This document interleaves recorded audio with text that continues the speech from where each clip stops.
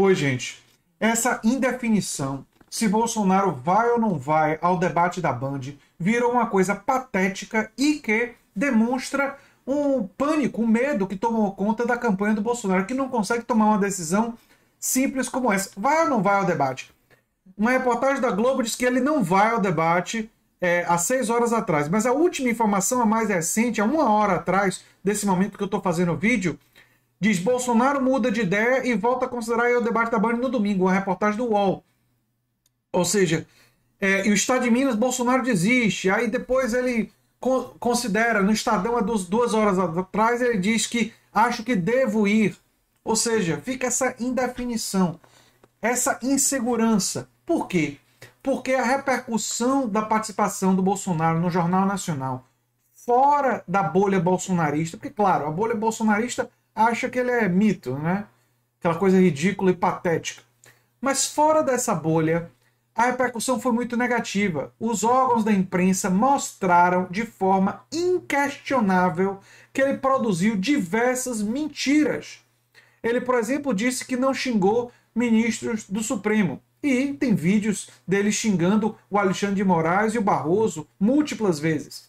Enfim, ele mentiu sobre vacina, ele mentiu sobre economia. Então a repercussão do Bolsonaro no Jornal Nacional foi muito negativa. Em contraste, a repercussão do Lula no Jornal Nacional foi muito positiva. Até antigos críticos, eu vou mostrar para vocês aqui, ó, como a Miriam Leitão, a Vera Magalhães, o Merval Pereira e outros conhecidos por ser críticos de Lula, elogiaram a participação de Lula na sabatina na Globo. Né? Se vocês forem ver, esses elogios foram quase que universais. E por que isso? Ficou evidente o preparo de Lula para aquela entrevista. Várias coisas foram elogiadas. O fato dele ter ficado à vontade, o fato dele ter respondido incisivamente de forma incisiva, mas sem se alongar excessivamente em muitas das respostas. Ele foi preciso. O fato dele ter se referido a Renata e ter incluído ela permanentemente, que foi uma coisa vista como uma postura respeitosa com a entrevistadora mulher, e aí isso joga na misoginia do Bolsonaro, que muitas vezes desrespeitou jornalistas que faziam questionamentos a ele. Então, tudo isso fez com que o clima ficasse muito negativo para Bolsonaro. E o impulso do pessoal da campanha do Bolsonaro, no momento inicial, foi: ok, situação está ruim, não vamos ao debate, porque se formos ao debate, vai ter um repeteco. Né? Ou seja, os outros candidatos, além de Lula, vão atacar Bolsonaro, ele se sentiu acuado, e a performance de Bolsonaro em debates é fraca, é ruim.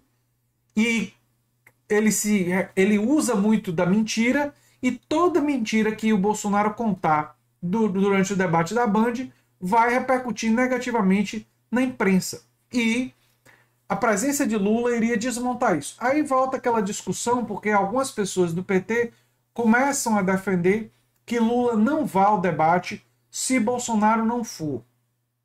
Eu já me posicionei sobre isso, e se vocês tinham alguma dúvida da capacidade de Lula de lidar com a adversidade em um cenário adverso, eu acho que a entrevista no Jornal Nacional deve ter esclarecido que esse receio não é infundado. Se Bolsonaro não for ao debate da Band, eu defendo a ideia, embora eu acho que o pessoal da campanha de Lula pode convencer Lula a não ir. Uma vez Bolsonaro não indo, esse pessoal pode ser que convença Lula a não ir, mas eu espero que ele vá, eu torço para que ele vá, independentemente de Bolsonaro ir ou não ir, porque Lula já provou que é um político experiente, hábil, e que é capaz de lidar com o cenário de adversidade. Os outros candidatos vão criticar ele. Ele foi...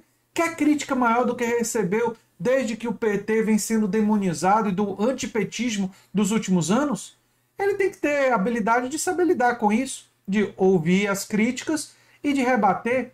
E tem momentos que eles vão criticar o Lula falando entre eles sem que a palavra volte a Lula. Lula tem que mostrar equilíbrio nesses momentos.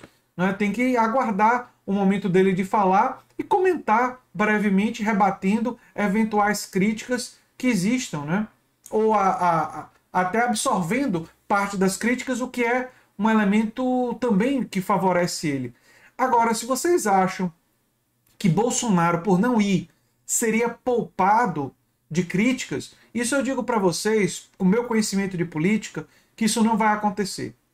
Se Bolsonaro não for para o debate e está ainda indefinido, nesse momento que eu faço o vídeo para vocês, ele está dizendo que talvez vá, não vai, esse vai, não vai, não é? Mas se ele não for, ele será massacrado, porque os outros candidatos vão considerar um desrespeito à democracia, um desrespeito com os eleitores, um desrespeito com o Brasil, um candidato à reeleição não ir ao debate. E aí, não só o Bolsonaro não vai poder responder nenhuma das críticas, como vão fazer críticas do ponto de vista moral. Ele é fujão, ele é covarde, e a repercussão da não ida dele vai ser muito positiva para você aumentar a rejeição a Bolsonaro, ou seja, vai ser muito útil para aumentar a rejeição a Bolsonaro por vários aspectos. As críticas, que vão ser duríssimas por ele não estar lá, pode ter certeza que o tom da crítica na ausência do Bolsonaro ao governo atual vai subir alguns degraus, e você ainda vai ter o fator de criticar ele por ser covarde, por ser medroso, por ser fujão, caso ele não vá. E ele está considerando não ir.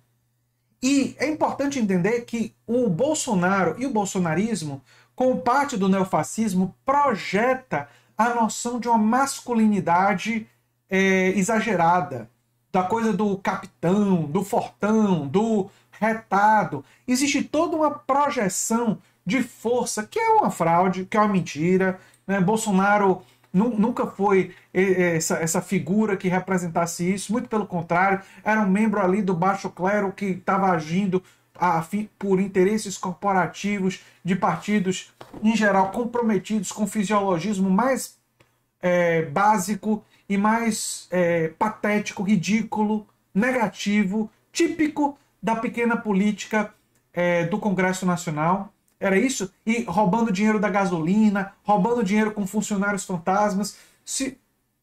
Uma política assim, bem do patrimonialismo mais rasteiro brasileiro. Né? Nunca foi essa figura emblemática, forte, nem nada disso.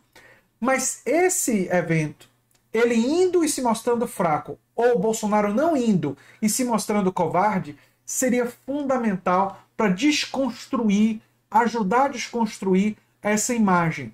Claro que você não vai conseguir desconstruir essa imagem diante dos bolsonaristas fanatizados, mas para os outros eleitores que talvez tenham sido expostos a essa imagem, mas tenham dúvidas, tenham restrições, alguns podem se perguntar, peraí, mas ele não é o capitão, retado, o mito? Que história é essa de que ele não tem coragem de encarar o Lula, de encarar os outros candidatos, a Simone Tebet, o Ciro Gomes? Que história é essa de que ele tem tanto medo dessa gente que não pode nem ficar no mesmo lugar e responder os questionamentos? Ele é covarde? Ele é medroso? Isso vai botar uma pulga atrás da orelha em boa parte do eleitorado que seguia por sinais, por símbolos. E a simbologia disso seria muito importante. Então, Lula está em alta. Isso é inquestionável. Lula está com força. Ele saiu fortalecido dessa onda de entrevistas. Mas ele ir ao debate, vai manter isso. Se ele não for, se Bolsonaro não for e Lula não for, Lula vai permanecer como um saldo positivo. Mas, ao meu ver, perderia uma oportunidade de aumentar ainda mais a rejeição de Bolsonaro e de, inclusive, tornar a eleição mais tranquila para ele, ampliar a vantagem para, quem sabe, 15, 18 ou até 20 pontos percentuais. E é importante vencer, mas é importante vencer por uma margem maior que for possível, para mostrar para os neofascistas e para o movimento bolsonarista que eles são minoria. Então é estratégico a gente não sentar em cima da vantagem, para usar uma metáfora do futebol. Muita gente que analisa futebol costuma dizer, né, que o time está com a vantagem, sentou em cima da vantagem. Não é bom a gente sentar em cima da vantagem. É bom ir às ruas, ir à luta e ampliar a vantagem para derrotar o bolsonarismo de forma exemplar.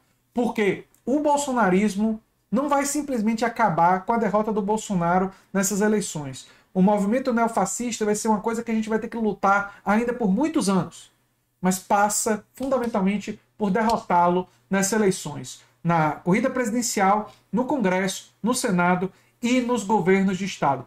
Todo candidato a governo que apoiou Bolsonaro em 2018 tem que ser derrotado. Nós não podemos esquecer disso. Apoiou Bolsonaro no passado é adversário político. É neofascista hoje, é mais do que um adversário. É um inimigo. E precisa ser derrotado. Democraticamente, pacificamente, mas existe essa necessidade. E é o que eu tinha para falar sobre esse assunto. Eu sou André Teixeira Jacobino, o canal Nova Máquina do Tempo. E se você gosta do que a gente faz, se inscreve, dá um like, compartilha. Quem sabe vira membro, apoiador. Quem sabe faz um dos nossos cursos. Nosso canal tem esse nome porque é o nome do meu primeiro livro, que é um livro que defende a democracia, justiça social. E mais informações vocês podem ver também no comentário fixado e adquirir o livro para refletir sobre a política e refletir sobre lutas fundamentais que nós precisamos travar a favor da ciência, do conhecimento científico, da educação e dos direitos sociais. Um abração e até o próximo vídeo. Tchau, tchau.